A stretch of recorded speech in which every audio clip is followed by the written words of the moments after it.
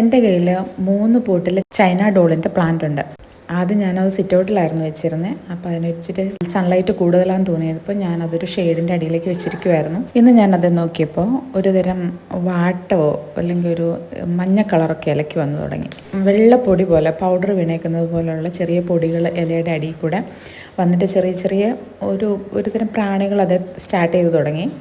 അധികമൊന്നും ഉണ്ടായിരുന്നില്ല. അതുകൊണ്ട് തന്നെ അതിനെ നന്നായിട്ടൊന്ന് വെള്ളം നന്നായി പ്രഷർ ചെയ്ത് ഒഴിച്ചു കൊടുത്ത് അതിനൊന്ന് വാഷ് ചെയ്ത് കളയാൻ പറ്റുമോ നോക്കി. അങ്ങനെ അടുത്തടുത്തിരുന്ന 3 പ്ലാന്റ് ആയതുകൊണ്ട് തന്നെ 3 എണ്ണത്തിനെ ഞാനൊന്ന് കുളിപ്പിച്ച് വൃത്തിയാക്കിയെടുത്തു. ഇനി അതിൻ്റെ ഇലയിലെ വെള്ളമെല്ലാം പോയി കഴിയുമ്പോൾ ഞാൻ പതിയെ നീം ഓയിൽ ഡൈലൂട്ട് ചെയ്ത് ഒഴിച്ചു കൊടുക്കും.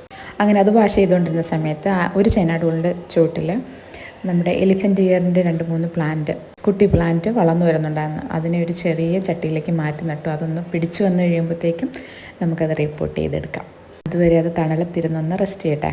ഇതെല്ലാം കഴിഞ്ഞപ്പോഴാണ് കുറച്ചധികം നാളായി ഷെയ്ഡിനടിയിലിരുന്ന് റെസ്റ്റ് എടുക്കുന്ന ഒരാളെ ഞാൻ കണ്ടത്. അപ്പോൾ കഴിഞ്ഞ കുറച്ച് ദിവസങ്ങൾക്ക് മുമ്പ് വരെ നല്ല മഴയൊക്കെ ഉണ്ടായിരുന്നതുകൊണ്ട് മഴയൊക്കെ കിട്ടി പുള്ളി നല്ല കരുത്തൊക്കെ ആർജിച്ച് നല്ല മിടുക്കനായിട്ടിരിക്കുകയാണ്. അപ്പോൾ ആ എലിഫൻറ്റ് ഇയറിനെ ഞാൻ കുറച്ചുകൂടെ കാണത്തക്ക രീതിയിലേക്ക് മാറ്റി വെച്ചു.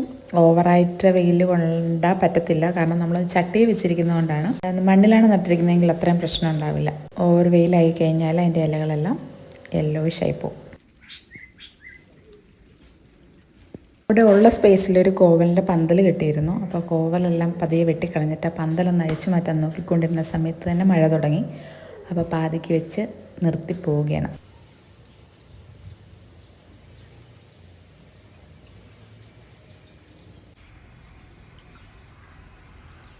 അപ്പോൾ അടുത്ത വീഡിയോയിൽ കാണാം കേട്ടോ. ബൈ.